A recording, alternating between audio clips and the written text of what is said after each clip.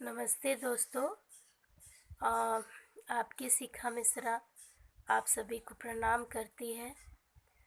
बहुत सारे लोगों ने मुझे बहुत सारे कमेंट्स दिए और उन लोगों ने मुझे बहुत सारे सजेशंस दिए, इसलिए मैं आप लोगों को धन्यवाद करती हूँ। लेकिन मैं सबसे इम्पोर्टेंट बात उस दिन आप लोगों को बताना भूल गई हूँ कि वो लोग कितने हद से ज़्यादा नीचे गिर गए थे।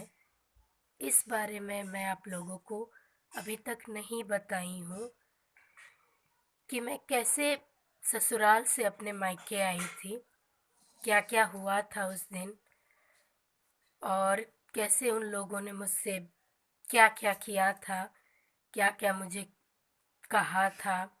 मेरी दुष्ट सास ने, मेरे राक्षस देवर ने और मेरे धूर्त पति ने। कुछ दिनों से मैं आप लोगों से ये बात शेयर करना चाहती थी, पर मेरे घर बहुत ज़्यादा इन दिनों डिस्टर्ब है, क्योंकि मेरे छोटे फूफा जी इस दुनिया में अब नहीं है। 3 दिन पहले उनका देहांत हो गया। कुछ दिनों से वो बहुत ज़्यादा बीमार थे।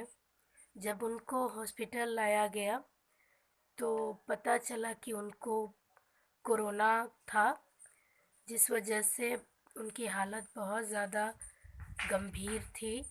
और इसी वजह से मैं आप लोगों से कुछ दिनों तक बात नहीं कर पाई थी, क्योंकि हम भी एक इंसान हैं।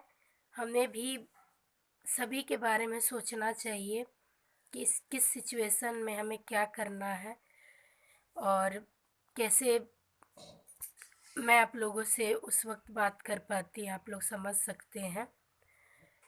इसलिए कुछ दिनों से मैं आप लोगों से बातें नहीं कर पाई।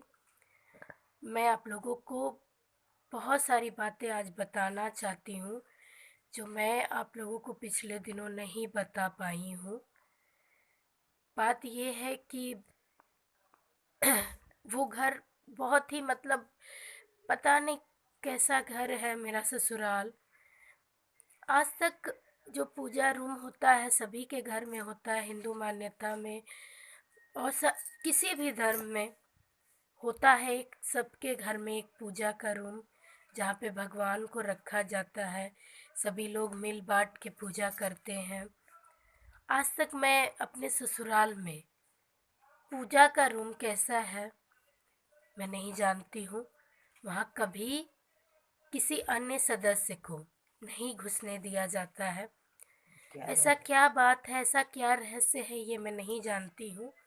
लेकिन आज तक मैं वहाँ पे नहीं घुसी हूँ, मैं वहाँ पूजा भी नहीं की हूँ। आज तक मुझे वो रूम वो लोग घुसने नहीं दिए हैं। ऐसी क्या वजह है, ऐसी क्या बात है, ये तो मैं नहीं जानती हूँ। लेकिन वो लोग ऐसा ही करते थे। वो लोग दिन रात मेरे ससुर जो थे वो एक नंबर का घटिया इंसान, वो दिन रात उस रूम की निगरानी करता है। उसका बस यही काम है वहाँ पे, और बहुओं से लड़ाई करने का काम है, बस उसका यही काम है। पता नहीं उस रूम में क्या है, मुझे नहीं पता। लेकिन आज तक मैं वो रूम पे नहीं घुसी हूँ। तो ये बात मैं आप लोगों से नहीं बोल पाई थी, तो इसलिए आज मैं आप लोगों को बोल रही हूँ। सबसे इम्पोर्टेंट बात तो ये है कि मैं अपने ससुराल से मायके कैसे आई, ये मैं आप लोगों को बता रही हूँ। मायके आने से पहले 3 दिन पहले, जिस वक्त मैं मायके आई, मैंने आपको बताया था कि मैं कैसे वहाँ रही, क्या हुआ। 3 दिन पहले तक 3 दिन पहले से ही मेरा मोबाइल पहले तो छीन लिया गया।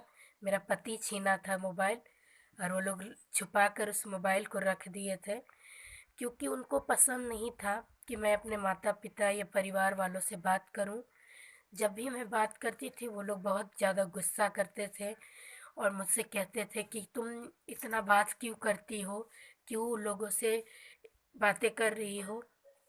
मेरा पति कैसा है मैंने तो आप लोगों को बताया ही। आज तक वो मुझे कुछ नहीं दिया था। ये मोबाइल भी मेरे बाबा ने मुझे दिया था। यहाँ तक कि रिचार्ज भी मेरा बाबा ही करवाता था। इतना घटिया है मेरा पति, सोच लीजिए।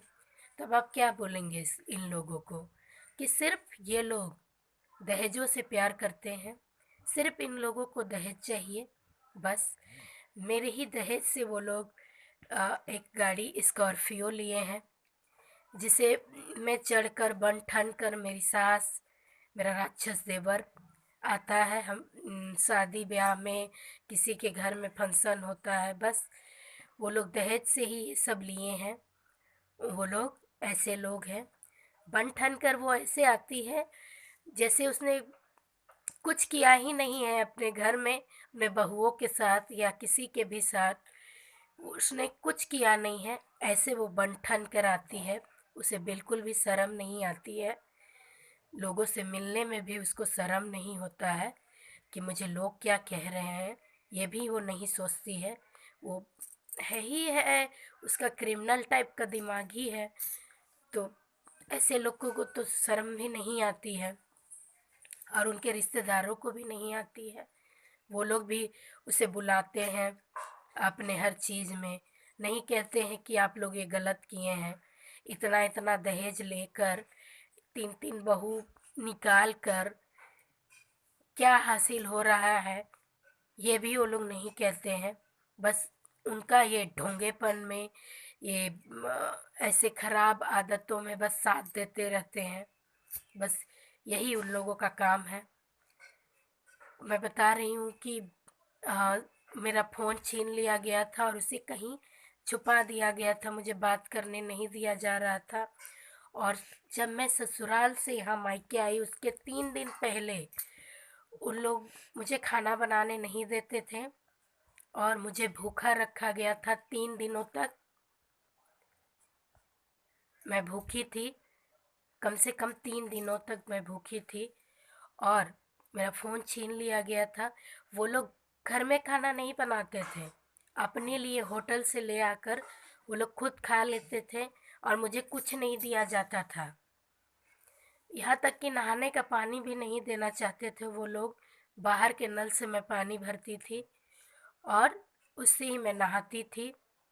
ऐसे लोग हैं वो लोग, इतना घटिया लोग हैं वो लोग। ये मैं आप लोगों को बता रही हूँ। उसके बाद 3 दिन तक मैं भूखी थी। जब एक दिन मेरे जेठ जी, मेरा ये देवर और मेरा पति 6 बजे कहीं पे गए हुए थे वो लोग, और मैंने सुना कि वो लोग शाम में आएंगे। तो किसी भी तरह से जब मैंने ढूंढा तो मुझे मोबाइल मिल गया। जैसे ही मेरा मोबाइल मुझे मिला, मैंने अपने पापा को फ़ोन किया और मैंने उनसे कुछ नहीं कहा, बस इतना कहा कि किसी भी तरह से आप जल्दी से यहाँ मुझे लेने आइए। बस किसी भी तरह से आप 3 घंटे में पहुँच जाइएगा। और मेरे पिताजी कब तकरीबन आ, वो जल्दी निकले तो 12:30 बजे तक वहाँ पे पहुँच गए। और मुझे 3 दिन तक भूखा रखा था उन लोगों ने। मैंने आपको बताया, कुछ खाने नहीं दिया गया था, मैं सिर्फ पानी पी कर रही थी। ये बातें कुछ लोगों को बिल्कुल भी, मुझे पता नहीं वो लोग क्या सोचेंगे मेरे बारे में, पर मैं 3 दिनों तक वहाँ पे भूखी थी। सोच लीजिए। मुझे मोबाइल भी नहीं दिया गया था जिससे मैं अपने घर वालों से बातें करती, उन्हें सब कुछ बताती। वो लोग इतना अत्याचार किए हैं मुझ पर, सोचिए। उसके बाद जब मेरे पिताजी वहाँ पहुँचे तो मेरा ससुर लड़ाई करने लगा, आप क्यों आए हैं यहाँ पे अचानक, क्यों आए हैं, इस तरह से उसका बर्ताव होने लगा। तो मेरे पिताजी ने कहा कि मैं अपनी बेटी से मिलने आया हूँ। तो उसके बाद जब मैं यहाँ आने के लिए सोची तो वो लोग मुझे रोक रहे थे, यानी कि मेरी सास रोक रही थी, कह रही थी कि आने दो सबको, उसके बाद जाना। कहाँ जा रही हो तुम, तुमको नहीं जाने देंगे, तुम इस तरह का क्यों जा रही हो, क्यों बुलाई हो अपने बाबा को, क्यों बुलाई हो। इस तरह से वो मुझसे लड़ने लगी। और मुझे मतलब मुझे यहाँ आने के लिए रोका जा रहा था। तब मेरे बाबा ने उन लोगों से बातें की कि मैं शिखा को कुछ देर बाहर घुमा कर फिर यहाँ लाऊंगा, जब वो लोग आएंगे तब बातें होंगी। ये कहकर मैं गाड़ी में बैठी। उसके बाद ये बोलकर मेरे पिताजी मुझे लाए। उसके बाद मैं वहाँ से कुछ नहीं लाई हूँ, कुछ नहीं। जो कपड़ा मैंने पहना था उसी में मैं बैठ गई और अपने घर पहुंची। इससे पहले उन लोगों ने मुझे ऐसे ट्रीट किया था, ऐसे परेशान किया था, जो मैंने आप लोगों को बताया। कुछ नहीं खाया था मैंने, सिर्फ पानी पी कर रही थी मैं।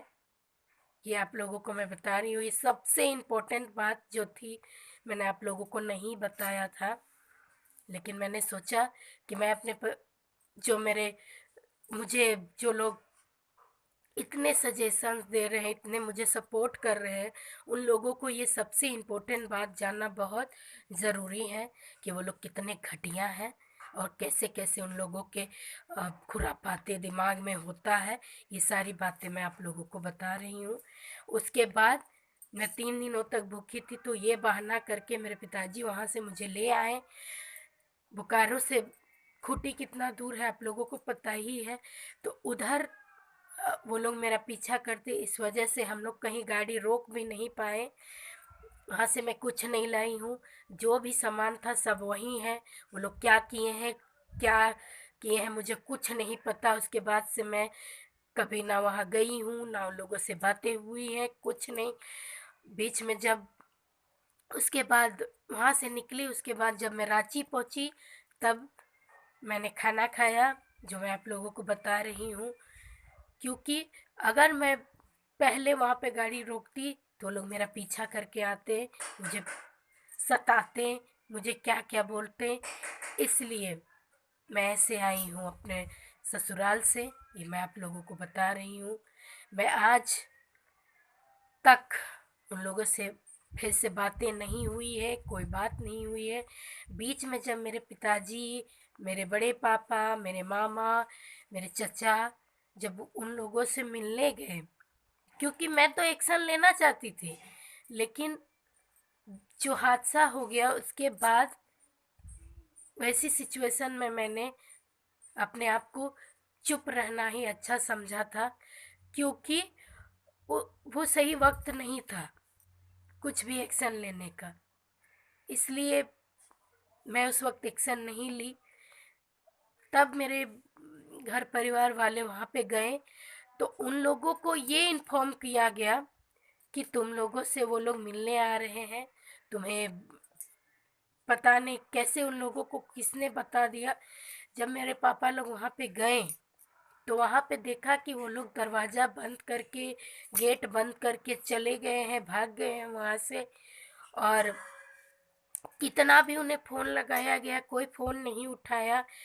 उसके बाद आए, फिर उसके बाद 15 दिन के बाद जब अचानक मेरे बाबा लोग वहाँ पे गए, क्योंकि अचानक ही जाना था। उन लोगों को कोई बता दे तो वो लोग भाग जाते हैं, ऐसे लोग हैं वो लोग। तो मेरे बाबा लोग जब गए तो उन लोग से तो सबसे पहले मेरे ससुर, मेरे भैंसुर, मेरे पति, मेरे अ, देवर, ये लोग सभी लड़ने लगे, झगड़ने लगे। और मेरे बाबा से इतना लड़ाई करने लगे और उन्हें लड़ लड़ कर यहाँ वापस भेज दिए। कुछ भी झूठा सूठा बोल कर वो लोग यही करते हैं, उन लोगों का यही व्यवहार है। मैं बस यही आप लोगों को आज बताना चाहती थी, जो सबसे इम्पोर्टेंट बात थी कि वो लोग मुझे किस तरह से आखिरी दिनों पे ट्रीट किए थे, कैसे रखा था उन लोगों ने, कैसे मुझे तंग करते थे। ये सब कुछ आप लोग मेरे परिवार हैं, आप लोग मुझे सब बहुत सपोर्ट कर रहे हैं, इसके लिए मैं धन्यवाद भी करना चाहती हूँ। लेकिन मैं चाहती हूँ कि ये वीडियो आप लोग प्लीज़ देखिए, हर जगह दिखाइए और मुझे प्लीज़ सपोर्ट कीजिए। यही मैं आप लोगों से चाहती हूँ। मैं आज अपने धूर्त पति, अपने दुष्ट पति का फ़ोटो भी डाली हूँ, इसे प्लीज़ आप लोग देखिए। यही वो दुष्ट है जिसने मेरे साथ इतना अत्याचार